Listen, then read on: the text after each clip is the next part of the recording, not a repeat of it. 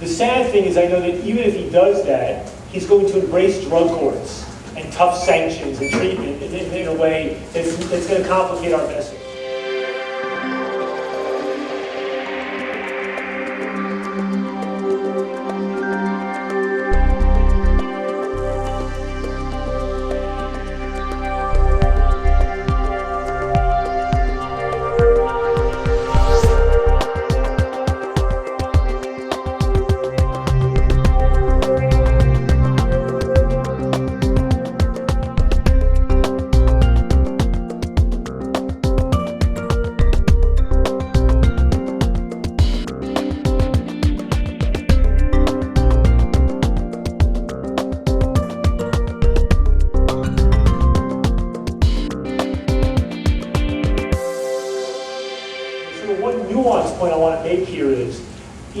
Gained ground in the last 10 years is support for harm reduction and sentencing reform and reducing incarceration and all sorts of stuff. Marijuana decriminalization has increased.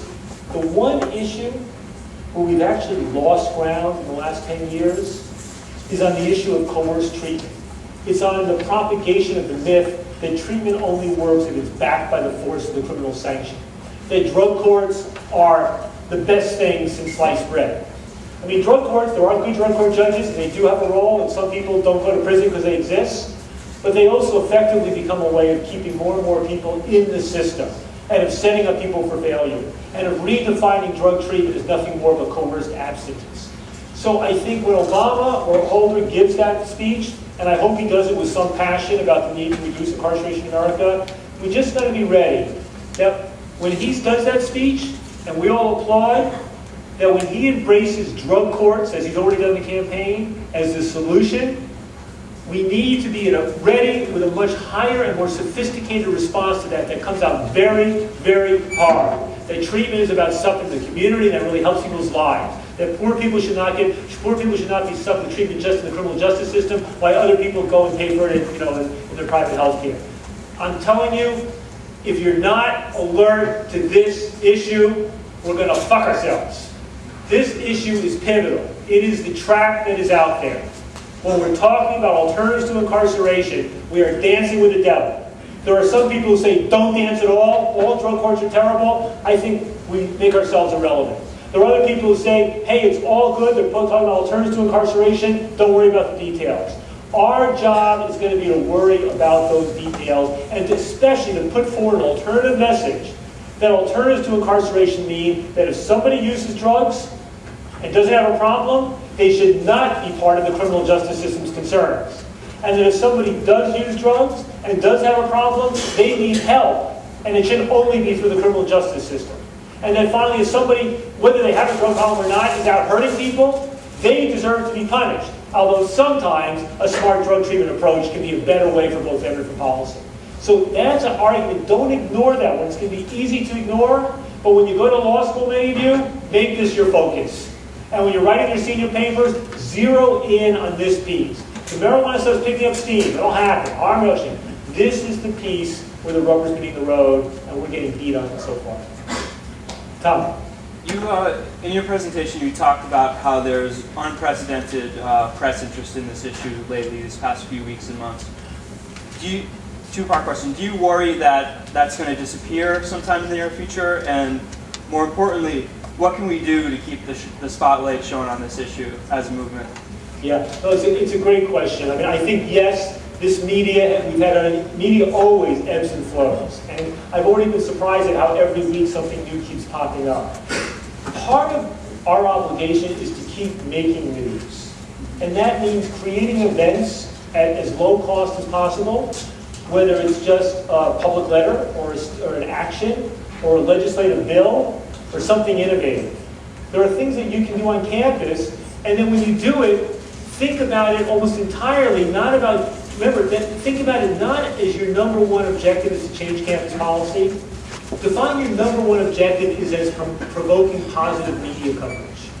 And your second objective is about changing policy. Or your third objective, your second objective is about educating the rest of your classmates so they understand this issue as well. But I'm more and more thinking about legislative bills, not just as a way to change the law, but as a legislative bill as a way to generate positive media. This is what it took us 6 years of working on legalizing medical marijuana in New Mexico to win. It took us 5 years of working on legalizing needle change in New Jersey to win. It took us, I mean, even before my time, dozens of years to unlock the reform. The big silver lining on that, having to spend so many years and so many people getting demoralized, is that those campaigns generated enormous, what's called earned media or free media. So the media is the medium, right? The media is what you got to work through. And it means always thinking about what you're doing.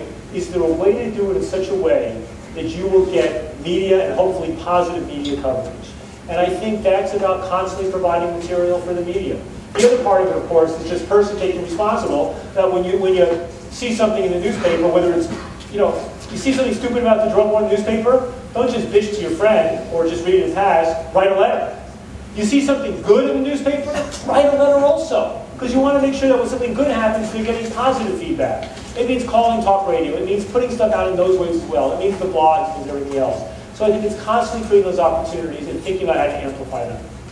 I think Rick Doblin had a question, and then that's it. That's all we have for Ethan. I think he wants to talk. No, later. I just want to ask you about kids and drugs. So, a lot of people start smoking pot at 14, 15. In your world, ideal world, what should be the policy for drug use by people 21 and under, 18 and under? How would you propose? Well, I'll tell you, it seems to me there's a lot to be said for a sort of European approach, like around alcohol, where you effectively don't have age restrictions and it's handled as a kind of a cultural matter. The question in the United States, where we're so wedded to these lines, whether we can even imagine such a thing happening is difficult. I think that when it comes to drug education, what we're trying to do is to push away the notion that the state should be involved primarily in this stuff. There are now tens and tens of millions of Americans with tens and tens of millions of children where the parents smoked marijuana or did other drugs. I'm horrified and disgusted at the extent to which so many of them are afraid to talk, as I said before. So how do we create the open space for that kind of discussion to happen? Right? I mean, if you ask what is the best drug education in the world, I mean, the best drug education in the world, oftentimes can be an adult who has tried many of these drugs and has used them responsibly all their life, teaching younger people how to do the same, right? Now, I mean, younger people we can define in various ways, but I mean, when I think of some friends of mine, who when their teenager got to a certain age, the teenager's first experience with mushrooms was with their parent. And almost all of the stories I know about that are remarkably wonderful stories. I mean, of very successful parent-child relationships and of the kids doing well and not becoming drug abusers. I'm far more common. I mean, mind you, if you're an addict or you're a fucked up user, you're not going to be the right role model for your kid. And my friends tend to be people who, if they've used drugs, they've done so responsibly. But I mean, the question is, there's that. On the other hand, what I know is the single thing that set my Washington office back more than anything else was a few years ago, we were a fiscal sponsor for a book called It's Just a Plant. How many of you have seen that book, It's Just a Plant?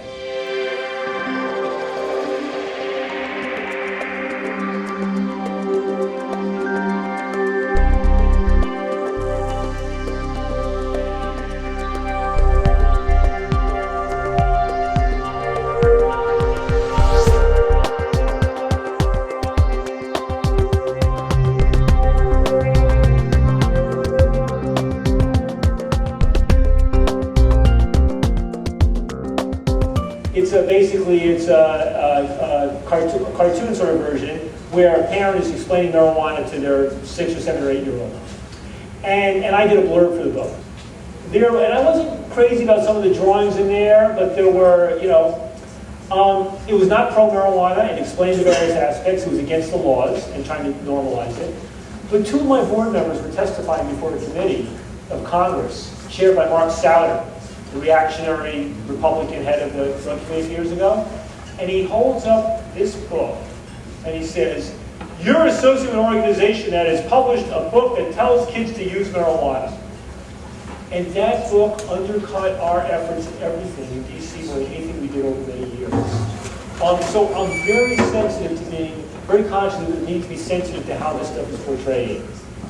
So I think we move into that area trepidatiously, We move into the area, how we deal with this in our private lives requires a level of honesty, and how we deal with the public thing is always being aware of the extent to which this can be used against us by people who want to pervert and distort what it is we believe in order to get people to believe that somehow drug reform is about telling kids to use drugs. Okay, so Ethan, you're basically saying you think there should be no age limits. No, I didn't say that. I thought I heard you say that. Yeah, because in part I represent the Drug Policy Alliance, and because this is an issue where we haven't taken a position, I'm trying to move my board to take the position that we should be reducing the drinking age to 18. And I think we're more or less there. But we haven't taken a formal vote on this thing. We had John McCardle present to the board at New Orleans. So I'm moving in that direction. The broader issue, though, of saying no age limits, because of the way that can, do I personally believe that would be the optimal thing in American society? I think it might. But do I want to make that the formal position of EPA, given the way that that would be played? I don't think I think it's too much of a risk